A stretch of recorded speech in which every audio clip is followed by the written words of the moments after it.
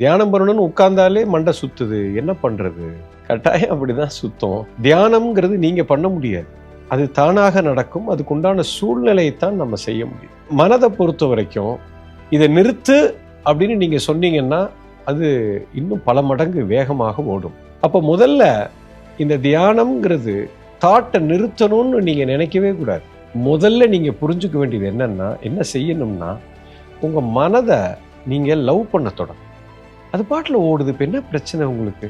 அதை நிறுத்தணும்னு நினைக்காதீங்க, அதை லவ் பண்ண தொடங்குங்க. அதுல என்ன பிரமிக்கத்தக்க விஷயங்கள் ஓடுது தெரியுங்களா? அதை ரசிங்க, அதை லவ் பண்ணுங்க, அதை நேசிங்க. அதுல ஓடுற அந்த எண்ணங்கள், அதை பயங்கரமா நேசிக்க தொடங்க, ரசிக்க ஆரம்பிங்க. ஒரு படம் மாதிரி வாட்ச் பண்ணுங்க, உட்காந்து இதை அப்படியே பார்த்துட்டே இருங்க, வேடிக்கை பார்த்துட்டே இருங்க, என்ன நடக்குதுன்னு பாருங்க. இதுதான் நீங்க செய்ய போற தியானம். ஒரு வாரத்துக்கு இதை மெட்டிகுலஸா பண்ணுங்க, என்ன நடக்குதுன்னு பாருங்க.